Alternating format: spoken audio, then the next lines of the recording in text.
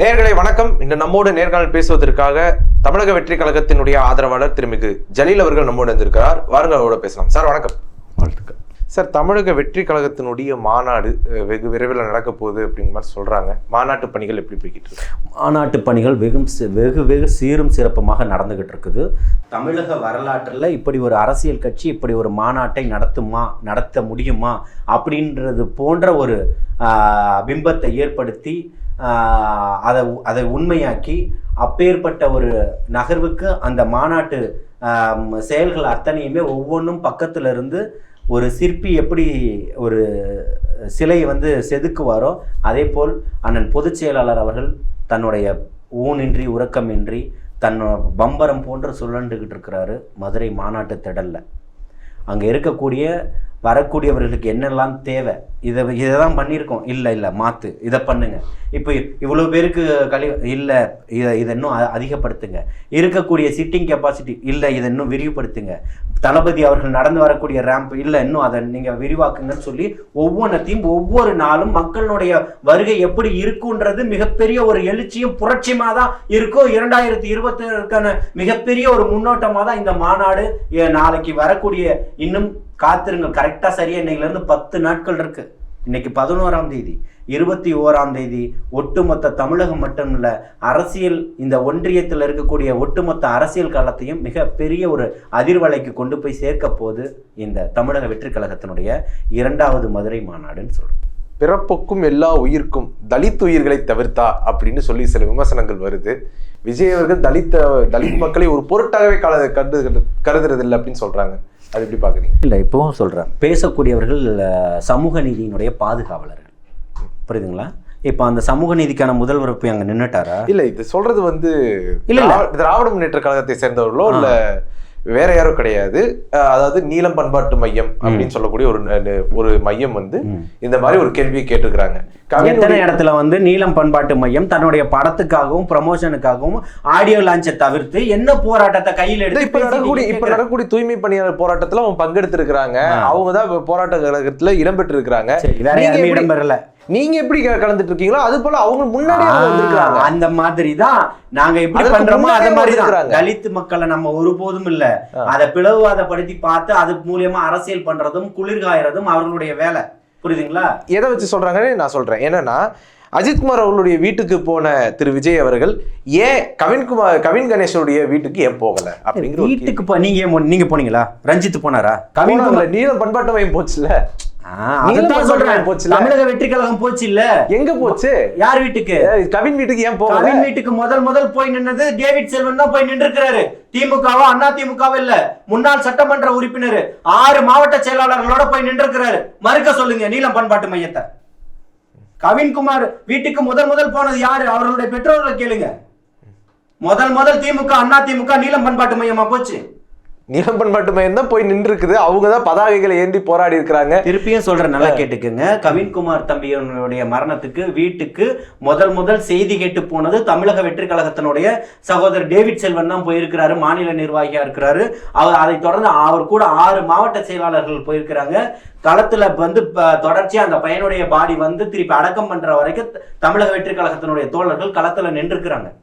ஆதாரத்தை நான் தரத்துக்கு தயாரா இருக்கேன். நீங்க இப்ப நீங்க உங்களுக்காக மட்டும்தான் நீங்க தம்பி அஜித்குமார் வீட்டுக்கு ஏன் நீலம் பண்பாட்டு மையம் உங்க தோழர்கள் கூட ஏன் வரல? அது தெரியலையா உங்களுக்கு? இறப்பா? அப்ப தலித்துகளுக்கு பிரச்சனைனா மட்டும்தான் நீங்க போவீங்களா? ஏன் போகல? ஒட்டுமொத்த இஸ்லாமிய சொந்தங்களும் கதறிச்சே வக்ஃபு தடை சட்டம் வேணும், அந்த பிரச்சனையை நீலம் பண்பாட்டு மையம் எங்க காலத்துல போராட்டம் நடத்திச்சு. முத்தலாக்கு பிரச்சனைகளை எங்க போராட்டம் நடத்திச்சு. சிஏஏ போராட்டத்துக்கு நடந்தது எங்க போராட்டம் நடத்திச்சு. அவங்களும் கலந்து கொண்டிருக்கிறாங்கன்னு சொல்றாங்க. யாரு? நீலம் பண்பாட்டு மையமும் கலந்துருக்கிறாங்க. நான் தான் போராட்டத்தினுடைய ஒருங்கிணைப்பாளர். சொல்லுங்க, சென்னையில் நடந்த போராட்டத்தினுடைய ஒருங்கிணைப்பாளர், சிஏஏ போராட்டத்தோட ஒருங்கிணைப்பாளர். எங்க வந்தீங்க? வக்பு தடை சட்டத்துக்கு தமிழகம் முழுக்க எல்லாமே போராட்டம் நடந்தது. தமிழக வெற்றி கழகம் தொடர்ச்சியா தமிழ்நாடு முழுக்க போராட்டம் நடத்துச்சு ஒரே நாட்கள்ல. நீங்க என்னைக்கு எங்க நடத்துனீங்க? இல்ல நீங்க தமிழக வெற்றி கழகத்தினுடைய போராட்டத்துல பங்கு பெற வேண்டாம், நீலம் பண்பாட்டு மையம் சார்பாக எங்கேயாவது ஒரு இடத்துல நடத்துனீங்களா? சொல்லுங்க. இல்ல திருநெல்வேலியில நிலத்தை புடுங்கிறதுக்காக ஒரு இஸ்லாமிய சகோதரர் வீடியோ போட்டு மறுநாள் காலையில பள்ளிவாசல் வாசல்ல வெட்டி கொல்லப்பட்டானே, அதுக்கு நீலம் பண்பாட்டு மையத்தினுடைய இது என்ன, கண்டனம் என்ன? நம்ம இதுல கனிம வளத்தை கொள்ளையை கண்டிச்சு ஒரு இஸ்லாமிய சகோதரன் பேசுனது தன்னுடைய உயிருக்கு ஆபத்துன்றது எடுத்து சொல்லியும் அதே கனிம வள லாரியை வச்சு அடிச்சு கொன்னாங்களே, அப்ப எங்க போயிட்டீங்க? அப்போ நீங்க சாதி சார்ந்துதான் பாக்குறீங்க, அதை மட்டும்தான் பேசுவீங்க. மற்ற பிரச்சனைகள்லாம் பிரச்சனைகளா இல்ல, தமிழகத்தில் நடக்கக்கூடிய பிரச்சனைகளும் உயிர் பலிகளையும் பேச மாட்டீங்க. ஆனா விஜய் அவர்கள் பெருசா இதுல ஒன்னும் வருத்தம் தெரிவிக்கல, இல்ல சாதி வெறியர்களை கடுமையா கண்டிக்கலன்னு சொல்றாங்களே. இல்ல நீங்க அப்படிதான் அதை தான் பேசுவீங்க. திமுக பத்தி பேசுங்க. விஜய் சொல்றாங்க. நான் என்ன கேக்குறேன்னா, நீங்க இன்னுமே உட்கார்ந்துகிட்டு ஒவ்வொரு பேர்லயும் நடிச்சு நாடகம் நடிச்சுக்கிட்டு இருக்கிறதெல்லாம் மக்கள் பார்த்துக்கிட்டு தான் இருக்காங்கன்னு சொல்றேன். இதுக்கு என்ன பதில் சொல்றாரு சொல்லுங்க. திமுகவுக்கு மாற்றக்கூடிய விஜய் அவர்கள்ட்ட நிறைய விஷயம் எதிர்பார்க்கறாங்க, அது நல்ல விஷயம் தானே. அவர் சாதி வீரர்களை அவர் கண்டிக்க வேண்டியதானே. அப்ப போனவங்களை என்ன சொல்ல வரீங்க? இல்ல ஒரு யூடியூப் சேனல்ல இருக்கக்கூடிய இல்ல ஒரு யூடியூப் சேனல் இருக்கக்கூடிய கோபி சுதாகர் வந்து சாதி வீரர்களை கண்டிச்சு ஒரு வீடியோவை போடுறாங்க. என்ன சொல்றது, சாதி வீரர்களை ஒரு நகைப்புக்குள்ளதான் ஒரு பேசு பொருளா மாத்தி இருக்கிறாங்க. அந்த யூடியூபர்களுக்கு இருக்கக்கூடிய தைரியம் கூட விஜய் அவர்களுக்கு இல்லையா அப்படிங்கிற ஒரு கேள்வியை கேட்கறாங்க. இல்ல இங்க பாருங்க, அதாவது யூடியூபர்களுக்குள்ளதான் அப்படின்னா அவர்கள் ஒரு பண்ணிக்கிட்டு இருக்கக்கூடிய அத்தனையுமே எல்லா விஷயங்களையுமே காமெடியான முறையில் சொல்லிக்கிட்டு வரக்கூடியவர்கள் தான், அதில் மாற்றம் கிடையாது. நான் என்ன சொல்கிறேன்னா, இங்கே ஒவ்வொருத்தனும் கொந்தளிச்சு போய் நின்னான்ல, அதில் ஏன் நீங்கள் பங்கெடுத்துக்கலன்னு கேட்குறேன். ஆனால் தம்பி அஜித்குமார் வீட்டு மரணத்திலையும் தம்பி கவின்குமாரனுடைய மரணத்திலும் தமிழக வெற்றி கழகம் பங்கெடுத்ததுன்னு சொல்கிறோம். இல்லைன்னு மறுங்கன்னு நான் சொல்கிறேன். இல்லன்னு கூட நான் சொல்லல. அதாவது என்ன சொல்ல வரோம் அப்படின்னா, குறைந்தபட்ச கண்டனம் கூட ஏன் விஜய் தெரிவிக்க மறுக்கிறாரு? கண்டன அறிக்கையை நீங்க படிக்கலையா? கண்டன அறிக்கையை நான் காட்டுறேன். விஜய் அவர்களே எழுதினாரா? நேரடியா விஜய் அவர்களே அவருடைய ஒப்புதலோட தானே அறிவிப்பே கொடுக்குறாங்க. அதை நீங்க அதுதான் கேட்கிறேன். அஜித்குமாருக்கு ஏன் அப்படி வரல? அஜித்குமாருக்கு அப்படியே வரல. அஜித் நேரடியா விஜய் இருந்து வந்திருக்கு. நான் திரும்பவும் சொல்றோம், தமிழக வெற்றி கழகம்ன்றது ஒரு கட்சி, ஒரு கட்டமைப்பு. நீ தான் பண்ணணும் நான் தான் பண்ணணும்ன்றது இல்ல. அனைவருக்கும் அந்த அதிகாரம் இருக்கு. அதிகாரம் இருக்கப்படவர்கள் கொடுக்கப்படுறாங்க. புரியுதுங்களா? இப்போ இவர்கள் தான் பேசணும்ன்றது அதிகாரப்பூர்வம்னு ஒண்ணு இருக்குல்ல, இருக்கா இல்லையா? அவர்கள் இப்ப திமுக சார்ந்து நான் பேசிட முடியுமா? அதைத்தான் சார் சொல்றேன். திமுக சார்ந்து நான் பேசிட முடியுமா? பேச முடியாது. தமிழன் பிரசன்னா பேசினத, அது தமிழன் பிரசன்னா பேசினதா திமுக கொள்கை பரப்பு செயலாளர் பேசினதா? தமிழன் பிரசன்னா அவர்கள் பேசினதா இருக்கு. எப்படி திமுக மேடையில தமிழன் பிரசன்னா பேசினது எப்படி சொல்லுவீங்க? உங்ககிட்ட துப்பாக்கி இருந்தா, உங்கள்கிட்ட கூட்டம் இருந்தா நாங்க பயந்துருவோமா? நாங்க கேட்கிறோம், உங்கள்கிட்ட இருக்கக்கூடிய துப்பாக்கியும் போலீஸையும் பார்த்து நாங்க பயந்துருவோமா? சும்மா நீங்க போராட்ட காலத்துல உட்கார்ந்துட்டோன்றதுக்காக, நான் போராளி தான், 25 ஆண்டுகளா போராட்ட காலத்துல இருக்கக்கூடிய நான் ஒரு சமூக ஆர்வலர் தான். புரியுதுங்களா? நான் போராடி 2 மதுக்கடையை மூடி இருக்கேன். நீங்க எத்தனை மதுக்கடையை மூடி இருக்கீங்க சொல்லுங்க. நீங்க அதை செஞ்சிருக்கீங்க சார், நீங்க அதை செஞ்சிருக்கீங்க. ஆனா நான் என்ன கேட்கிறேன், நீங்க என்ன எப்போ நீங்க கேள்வி கேட்கக்கூடிய தகுதி என்ன? நீங்க என்ன இப்ப திருப்பி நடக்கக்கூடிய படவிழால தான் சண்டை போட்டுட்டு இருக்கீங்க. நானும் எல்லா படவிழா உங்களுடைய இது எல்லாத்தையுமே பார்த்திருக்கிறேன். சரிங்களா? ரஞ்சித் தோழருக்கு எனக்கு தனியாப்பட்ட வாக்கிய தகராறுலாம் ஒண்ணும் கிடையாது. புரியுதுங்களா? நான் என்ன திரும்பவும் சொல்றேன்னா, நீங்கள் சொல்லக்கூடியது உண்மையான கருத்துக்களை சொல்லுங்க. ஏற்றுக்கொள்றதுக்கு தமிழக வெற்றி கழகம் தயாரா இருக்கு. விமர்சனங்களை, போலியான விமர்சனங்களை போலியான முறையில கட்டமைக்காதீங்க. மக்கள்கிட்ட தவறான கருத்துக்களை கொண்டு போய் இன்னொரு கருத்தவங்க என்ன வைக்கிறாங்க அப்படின்னா, இடைநிலை சாதிகளினுடைய வாக்குகள் போயிருமோன்னு விஜய் பயப்படுறாங்க. ஒரு கேள்வி, ஓட்டை பார்த்து வர்றதெல்லாம் தளபதியினுடைய வேலை கிடையாது. புரியுதுங்களா? மக்களுடைய நலனுக்காக நிற்கக்கூடியதான் தளபதியினுடைய வேலையா இருக்கு. யாருமே எல்லாருமே அண்ணன் திருமா கூட போகாத வேங்கை வயல் பிரச்சனைக்கு பேசிக்கிட்டு சிபிஐ வழக்கு வேணும், சிபிஐ வழக்கு வாங்கிட்டு வந்துட்டாரா? ஆனா தைரியமா பேசுனது நான் வருவேன்னு சொன்ன உடனே எப்படி கைது நடக்குது? அப்ப பயம் இருக்கா இல்லையா? இப்ப விஜய் அவர்கள் பின்னாடி பல தலித் இளைஞர்கள் அவர் பின்னாடி அணிந்திரண்டாங்க. ஆனா கவினுடைய விஷயத்துல கவினுடைய விஷயத்துல நடந்த அதிருப்தினால இருந்த அதே தலித் திரும்ப அவருக்கு பின்னாடி திரண்டுட்டாங்க அப்படிங்கிற ஒரு செய்தி வருது. செய்திகள் வந்திருக்கு. இல்ல அதான் சொல்றேன், ஆதாரப்பூர்வ செய்திகள் 1000 வரும். பத்திரிகையில இது ஒரு செய்தியாவே வந்திருக்கு. நாளைக்கு நடக்க போற மாநாடு பாருங்க என்ன, அதுல யாருமே தலித் சகோதரர்கள் யாருமே வரல, பட்டியலின சகோதரர்கள் யாருமே வரலன்னு சொல்ல முடியுமா உங்களால? திருப்பியும் சொல்றேன், இல்லாத ஒரு விஷயத்த மாயையை கட்டமைச்சு யாரும் பொய் பிரச்சாரம் பண்ணாதீங்க. புரியுதுங்களா? மாற்றத்திற்கான ஒன்று தான் தமிழக வெற்றி கழகம். இதை இப்படி மட்டும்தான் உங்களால் விமர்சனம் பண்ண முடியும். என்ன குற்றச்சாட்டுகள் எதுவும் வைக்க முடியாது. மிகப்பெரிய ஒரு மாற்றத்திற்கான கட்சி தான் தமிழக வெற்றி கழகம். அதை நீங்கள் புரிஞ்சுக்க. தமிழக வெற்றி கழகம் தன்னுடைய கோட்பாட்டு தலைவர்களாக பெரியாரை முன்னெடுத்திருக்கிறார்கள், அம்பேத்கரை முன்னெடுத்திருக்கிறார்கள். மார்க்சியத்தையும் மார்க்ஸையும் ஏன் முன்னிலைப்படுத்தவில்லை அப்படிங்கிற ஒரு கேள்வி இருக்குது. இல்லை, உங்களுக்கு 1000 கேள்விகள் இருக்கும், புரியுதுங்களா? உங்களுக்கு 1000 கேள்விகள் இருக்கும், உங்களுக்கு 1000 சிந்தனைகள் இருக்கும். அதுக்கெல்லாம் பதில் சொல்லணுன்றது இல்லை. அவங்க இதை தான் காட்டியிருக்கிறாங்க, முன்னெடுத்துருக்காங்க. நீங்கள் ஏன் அதை பண்ணலை, நீங்கள் ஏன் இதை நீங்கள் பண்ணுங்க. நீங்கள் பண்ணிக்கிட்டு இருக்கீங்கல்ல, நீங்கள் பண்ணுறீங்கள. பெடல் காஸ்ட்ரோவை கொண்டு வந்துருங்க, சேகுவேராவை கொண்டு வந்துருங்க, மார்க்ஸை கொண்டு வந்துருங்க. இன்னும் யாரெல்லாம் மேலை நாடுகள் சதாம் ஹுசேனை வச்சுக்கோங்க. இல்ல மார்க்சியத்தை முன்னிலைப்படுத்தல அப்படின்னா அப்படி உங்களுடைய கட்சி என்ன கார்பரேட் கட்சியா? யாருக்கு? தமிழக வெற்றி கழகம் என்ன கார்பரேட் கட்சி? நான் திருப்பியும் சொல்றேன், இந்த நேரம் போகாததுக்கும் டைம் லைன்ல ஒருத்தர் இருக்கணும்ன்றதுக்காக பேசணும்னா இன்னைக்கு தலைவர் தளபதியும் தமிழக வெற்றி கழகம் தான். அதை தாண்டி திமுகவா இருந்தாலும் இன்னைக்கு டாபிக் இல்லை. அதை நீங்க புரிஞ்சுக்கணும். இன்னைக்கு இப்ப இருக்கக்கூடிய போராட்டங்களுக்கு ஒரு இருட்டடிப்பு பண்ணணும். கட்சி ஆரம்பிச்சு 1.5 வருஷம் ஆச்சு. இப்பதான் இவருக்கு ஞானம் தோன்றிருக்கா? இத்தனை நாள் கண்ணை மூடிட்டு இருந்தீங்களா? மாநாடு போட்டு 2வது வருஷம் வரப்போகுது, 2ஆம் ஆண்டு மாநாடு நடக்க போகுது. என்ன பண்ணிட்டு இருந்தீங்க? அந்த மாநாடு கூட ஒரு ஆடியோ லான்ச் தான் நடக்குதே தவிர ஒரு அரசியல் மாநாடாவே தெரியல. கட்சிக்காரங்க பார்த்துட்டு போறாங்க. கட்சி நீங்க வரல இல்ல, நீங்க உறுப்பினர் இல்ல. உறுப்பினர் பிரச்சனை, தொண்டர்களுடைய பிரச்சனை. நீங்க ஏன் தலைவரை கவலைப்படுறீங்கன்னு கேக்குறேன். பவுன்சர்களை வச்சு விரட்டுறதெல்லாம் எப்படி பிரச்சனை இல்லை. யாரை விரட்டினமோ உங்க பத்திரிகையாளர்களை விரட்டி இருக்கிறாங்க. அவங்க இப்பவும் சொல்றேன், மாநாடு கண்ணியமாக நடந்தது. இவ்வளவு பெரிய மாநாடை கட்டமைக்கும் போது சிறு சிறு பிரச்சனைகள் இருக்கும் அப்படின்றது அங்க எல்லாருமே ஒப்புக்கொண்ட ஒரு விஷயம். எத்தனையோ பத்திரிகையாளர் நண்பர்களும் நான் சந்திச்சேன். எல்லா பெயர் சொல்ல விருப்பம்ல அத்தனை தொலைக்காட்சியினுடைய யூடியூப்னுடைய எல்லா செய்தியாளர்களுமே அங்க வந்தாங்க. யாருக்கு என்ன அசௌகரியம் இருந்தது? அவர்கள் வந்தாங்க. மாநாடு திடல் ரொம்ப பெருசு நடந்துதான் வரணும். எதிர்பாராத விதத்தில் அவ்வளோ கூட்டம் வந்துடுச்சு. தண்ணி தேவைப்படக்கூடிய தண்ணியை வெளியில இருந்து கொண்டு வர முடியல. ஃபுல்லா டிராஃபிக் ஜாமு. இது யாரு அரசு பார்க்கணுமா, மாநாடு நடத்துறவங்க பார்க்கணுமா? மாநாட்டுக்கு அனுமதி கொடுத்துட்டீங்களே, மாநாட்டுக்கு அனுமதி கொடுத்துட்டீங்க. அப்போ போக்குவரத்தை யார் சரி செஞ்சு தரோம்? யார் சரி செய்யணும்? அது அரசு தானே செய்யணும். ஏன் செய்யல? ஏங்க செய்யல? இன்னைக்கு உட்காந்து மார்க்சியத்தை பேசுறீங்க, கம்யூனிஸ்டத்தை பேசுறீங்க இல்லையா? அது ஏன் முன்னிலைப்படுத்தல? இல்ல, அது 1.5 வருஷம் தூங்கிக்கிட்டு இருந்தீங்களா? கோமால இருந்தீங்களா? 1.5 வருஷம் கோமால இருந்தீங்களா? சொல்லக்கூடியது யாருன்னு கேக்குறேன். சொல்றது யாரு? நாம தான் சொல்றோம். யாரு? நம்ம தான் சொல்றோம். நீங்க தான் சொல்றீங்கன்னா 1.5 வருஷமா நான் இதே சேனல் பல முறை வந்திருக்கேன். ஏன் உங்களுடைய கேள்வி வைக்கல? அப்ப நான் இல்லையே. இல்ல, அப்ப அதுதான் சொல்றேன். நீங்க இன்னும் 10 வருஷம் கழிச்சு வரீங்கன்னா 10 வருஷத்துக்கான பதில் இருக்கா? சமூக நீதியை தான் கொள்கையை கொண்டு வர்றாரு, புரியுதுங்களா? இங்க சமூக நீதியை தான் பேசுறோம். மக்களுடைய பிரச்சனையை பேசுறதுக்கு வராங்க. மக்களுடைய பிரச்சனைகள் அத்தனையிலுமே தமிழக வெற்றி கழகம் தலையிடுது. பேசக்கூடிய எல்லா விஷயங்களுக்குமே இன்னைக்கு மக்களுடைய பிரச்சனையின் பக்கம் போய் நின்றுகிட்டு இருக்குது. ஏன்னா நாளைக்கு இருக்கக்கூடிய 2026 மிகப்பெரிய ஒரு மாற்றத்தை கொண்டு வரணும்னு நினைச்சிட்டு இருக்கிறாங்க. நீங்க இதை ஏன் பேசல, அதை ஏன் பேசலன்றது இல்லை. இங்க சொல்லல, செயல் செயல் செயல்னு சொல்லிட்டாரு.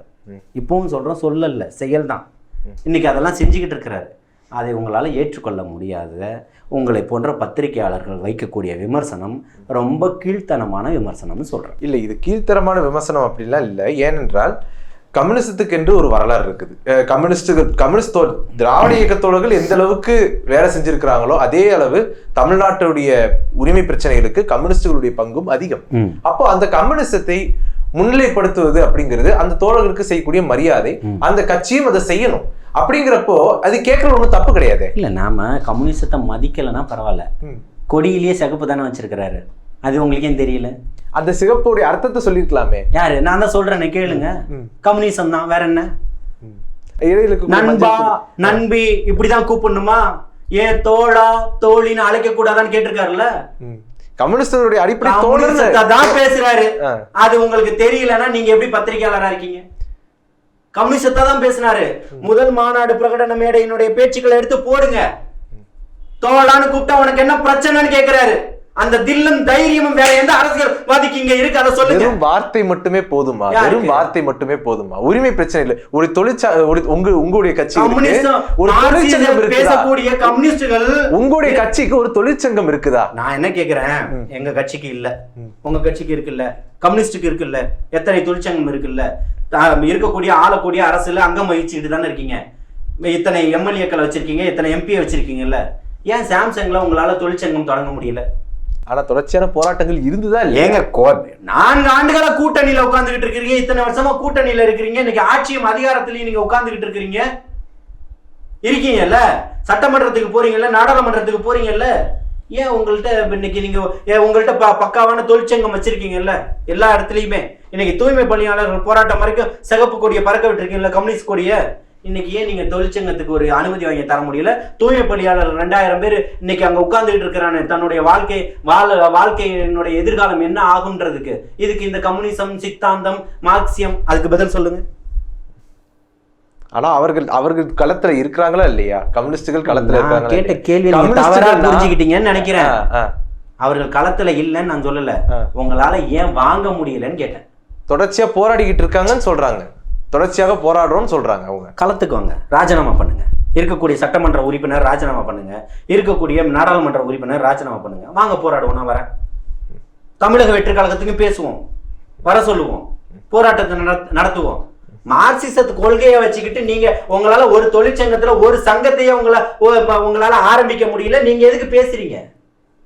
சரி, பெரியாரிய மேடைகள்ல சுயமரியாதை திருமணம் அப்படிங்கிறது தொடர்ச்சியா நடக்கிறது அப்படிங்கிறது ஒரு மரபாவே ஃபாலோ பண்ணப்பட்டிருக்கு. தமிழக வெற்றி கழகம் பெரியாரை முன்னிலைப்படுத்துது அப்படின்னா ஏன் தமிழக வெற்றி கழகம் ஒரு சுயமரியாதை திருமணங்களை ஏன் நடத்தக்கூடாது? இல்லை, நடத்த மாட்டோம்னு அவங்க எங்கேயும் சொல்லலையே. தமிழக வெற்றி கழகம் சுயமரியாதை திருமணங்களை நாங்கள் ஆதரிக்க மாட்டோம். சுயமரியாதை நீங்க ஆதரிக்க இல்லை, நான் சொல்லிடுறேன். நீங்க உங்களுடைய கேள்விக்கு என்னோட பதில சுயமரியாதை திருமணங்களை நாங்கள் ஆதரிக்க மாட்டோம், சுயமரியாதை திருமணங்களை எங்கேயும் நாங்கள் நடத்த மாட்டோம் எங்க சொல்லியிருக்கா? சொல்லல, ஆனா செய்யலாம்ல. இல்லைங்க, நீங்க திருப்பி இப்போ நல்லா புரிஞ்சுக்கங்க. இங்க 75 ஆண்டுகளுடைய ஆணி வேற புடுங்கிக்கிட்டு இருக்குது, புரியுதுங்களா? 50 ஆண்டுகள் கட்சிக்கு 70 ஆண்டுகளுடைய கட்சி, நாங்க இத்தனை முறை ஆட்சி செஞ்சிருக்கோம், நாங்க இத்தனை முறை ஆட்சி செஞ்சிருக்கோன்ற ஆணி வேற கருவேல முள்ள போல இங்க நீ மேல இடமா இருந்தாலும் எத்தனை 100 அடிக்கு கீழே இருந்தாலும் தண்ணியை எப்படி உரியுறீங்களோ அப்படி மக்களை நீங்க உறிஞ்சி நாசமாக்கிட்டீங்க. உங்களை மாத்தணும்ன்றதான் இன்னைக்கு அது அவருடைய பிரதான வேலையா இருக்கு. இப்போ நீங்க இப்ப சொல்லுங்க, திமுகல இது இல்லையா? சுயமரியாதை திருமணம் ஏத்துக்கிறது இல்லையா? நடத்தலியாவினுடைய மேடைகள் இருக்குதா இல்லைங்களா? திகாவினுடைய மேடைகள்லயோ திவிகாவினுடைய மேடைகள்லயோ நான் கேட்டதற்கு பதில் அது இல்ல. நான் சொல்றது பெரியாரி இயக்கங்கள். நான் சொன்னேன் பெரியாரி இயக்கங்கள் எல்லாமே இன்னைக்கு எங்க இருக்காது சொல்லுங்க? பெரியாரி இயக்கங்கள்லாம் இருக்கிறாங்களே, திராவிட கழகம் எங்க இருக்கீங்க? திமுகவினுடைய அடிவரடியா இருக்கீங்க, அதை ஒத்துக்கிறீங்களா? எந்த திக காரர்களுக்கு இன்னைக்கு திமுகவை எதிர்த்து பேசுறதுக்கு முடியும் சொல்லுங்க? ஏமாத்திக்கிட்டு இருக்கீங்களா நீங்க? இன்னைக்கு அப்படிலாம் மக்கள் உங்களை விட்டுறல. எல்லாத்துக்குமே பொறுமையா இருங்க, எல்லாத்துக்குமே பதில் வரும். சுயமரியாதை திருமணங்களை ஆதரிக்கலன்னு நாங்க எங்கேயும் சொல்லல, சுயமரியாதை திருமணங்கள் நடக்கிறத தடுத்து நிறுத்தல. சமூக நீதியை தான் இங்க பேசுறாங்க. சமூக நீதி தான் இந்த மண்ணோட இங்க இப்ப இருக்கக்கூடிய தமிழக வெற்றி கழகத்தினுடைய ஒரே நோக்கம் இங்க சமூக நீதி மட்டும்தான். இதுதான் கட்சியினுடைய கொள்கை. வேற என்ன வேணும்னு நினைக்கிறீங்க? அதுல சுயமரியாதை இருக்குல்ல சமூக நீதியில, அதுதான் அதோட கொள்கை. சமூக நீதியை பேசும்போது கம்யூனிசம் இருக்காதா? நீங்க நானும் ஒண்ணுன்னு சொல்றதானே கம்யூனிசம்? அதுதான் சொல்லுது சமூக நீதி. சரி, தமிழக வெற்றி கழகம் ஒரு கட்சியா இருக்குது அப்படின்னா வெறும் ஒரு கட்சியா இருந்தா மட்டுமே பத்தாது, சில இயக்கங்களோட ஒரு தொடர்புல இருந்தாகணும். ஒரு கட்சி இயங்கணும்னா ஒரு இயக்கத்துடைய தொடர்பு, ஒரு தோழமைங்கிறது இருந்தாகணும். அப்படி தமிழக வெற்றி கழகத்துக்கு ஒரு தோழமையான ஒரு இயக்கங்களை எங்கேயுமே பார்க்க முடியலையே. ஒருவேளை தமிழக வெற்றி கழகம் தோழமை ஏற்படுத்திக்கலையா, இல்லை இந்த இயக்கங்கள் உங்களுடைய தோழமையை ஏற்க மறுக்கிறாங்களா? நான் இப்பவும் சொல்றேன், மாநாடு முடியட்டும், உங்களுக்கு எத்தனை தோழமைகள் இருக்காங்கன்றது தெரியும், புரியுதுங்களா? இன்னும் ஒரு 4-5 மாதங்கள் கழித்திருந்து பாருங்கள், இன்னும் எத்தனை பெரிய கட்சிகள் தமிழக வெற்றி கழகத்தினுடைய கூட்டணியில் சேர போகிறாங்கன்றது. அப்போ யார் மிகப்பெரிய ஒரு தோழமையாக இருக்க போகிறாங்க அப்படின்றது அத்தனையுமே தெரியும். ஆனால் தமிழக வெற்றி கழகத்தினுடைய கூட்டணியில் பெரும்பாலும் கட்சிகள் வர்றதுக்கு விருப்பம் இல்லை அப்படிங்கிற மாதிரி ஒரு செய்தியை இன்னைக்கு பார்க்க முடிஞ்சுது. 100 கட்சிகள்லாம் பேச்சுவார்த்தை நடத்திட்டு இருக்காங்களே, பல கட்சிகள் பேச்சுவார்த்தை நடத்திட்டு இருக்குது. எப்படி நடத்துறாங்க? எத்தனையோ கட்சிகள் பேச்சுவார்த்தை நடத்திக்கிட்டு இருக்குது, அது உங்களுக்கு தெரியுமா? அதிமுகவோட உங்களுக்கு பேச்சுவார்த்தை நடந்ததா? தமிழக வெற்றி கழகத்துக்கும் அதிமுகவுக்கும் பேச்சுவார்த்தை எந்த இடத்துலையும் பாசிசவாதிகளுடைய நேரடியாவோ மறைமுகமாவோ கூட்டணி இல்லைன்னு சொல்லியிருக்காரு. நீங்கள் பாசிசவாதின்றது தெரியும், புரியுதுங்களா? சமீபத்தில் கூட பொதுச் செயலாளர் அதை நிராகரிச்சிருக்கிறார், புரியுதுங்களா? அந்த மாதிரி கூட்டணி வைக்கணுன்றத, அப்போ கூட்டணி வைக்கிறாங்க அப்படின்னு சொன்னால் அப்போ அதிமுக தலைவர் தளபதியினுடைய தலைமை ஏற்றுக்குதா? அதை நீங்கள் ஒத்துக்கிறீங்களா? எதன் அடிப்படையில் நீங்கள் சொல்லுங்கள். இப்போ இந்த கேள்வியை பல முறை கேட்டுக்கிட்டே இருக்கிறீங்க. எதன் அடிப்படையில் அதிமுக செய்திகள் பார்க்க முடிஞ்சது? சொல்லக்கூடிய வரக்கூடிய இபிஎஸோட ஒரு ரகசிய பேச்சுவார்த்தை நடந்துச்சு அப்படிங்கிற மாதிரி எல்லாம் சொல்றாங்க. ரகசிய பேச்சுவார்த்தை நடந்துச்சுன்னா போற இடத்துல பஸ்ஸுக்கு மேல ஏறி நின்றுக்கிட்டு தாவேக்கா வரணும், நாம் தமிழர் வரணும்னு ஏன் கூப்பிடுறாரு? அதை பேசிட்டோம்ல, நாங்கெல்லாம் பண்ணிட்டோம்னு சொல்ல வேண்டியதானே? வரணும்னு என் அழைப்பு ஏன் கொடுக்குறாரு? இன்வைட் தானே பண்றாரு, கன்ஃபார்ம் பண்ணல, இல்லை போய்கிட்டு இருக்குன்னு சொல்லலைல்ல, தொடர்பில் இருக்குன்னு சொல்லலைல்ல. எப்படி உங்களை இப்போவும் சொல்கிறோம், நீங்கள் மக்களை மீட்போம், தமிழகத்தை காப்போன்னு மக்களை ஏமாற்றிக்கிட்டு தொண்டர்களை குஷிப்படுத்தணும். நீங்கள் பிஜேபிக்கு அலைன்ஸில் போயிட்டீங்கன்னு ஒருத்தனுக்கும் அங்கே பிடிக்கல, அவனை இப்போ சமாதானப்படுத்தணும்னு 1000 பொய்களை சொல்லிக்கிட்டு இருக்கிறீங்க. தளபதி வந்துடுவார், நம்ம வந்து இப்போ தாவேக்காவோட தான் கூட்டணி வைக்க போகிறோன்னு. தளபதி அதை அன்னைக்கு உடச்சிட்டாரு. அதிமுகவோட எந்த கூட்டணியும் கிடையாது, பாசிசவாதிகளோட நேரடியாகவோ மறைமுகமாக கூட்டணி இல்லை, திமுகவை எதிர்த்து தான் களம் காண்றோம், நம்ம திமுகவை தான் அடிக்கிறோம், 2026 சட்டமன்ற தேர்தலில் வரக்கூடிய கட்சிகளை ஒன்றிணைச்சு ஆட்சியிலும் அதிகாரத்திலும் பங்கு கொடுப்போம், நம்ம தான் வெற்றி பெற போகிறோன்றதுல உறுதியாக இருக்கான். ஒவ்வொரு அடிமட்ட தொண்டனுடைய இரத்த நாணங்கள்லையும் இன்னைக்கு அதுதான் ஓடிக்கிட்டு இருக்கு. நிச்சயமாக 2026 மிகப்பெரிய களமாற்றம் இருக்கும், காட்சி மாற்றங்கள் நடந்துருச்சு, அரசியல் ஆட்சி மாற்றங்களும் நடக்கும். தலைவர் தளபதி அவர்கள் அரியணை ஏறப்போவது உறுதி உறுதி உறுதி. உங்களுடைய நேரத்தை ஒதுக்கி எங்களோட கருத்துல பண்ணுவீங்க. நன்றி சார்.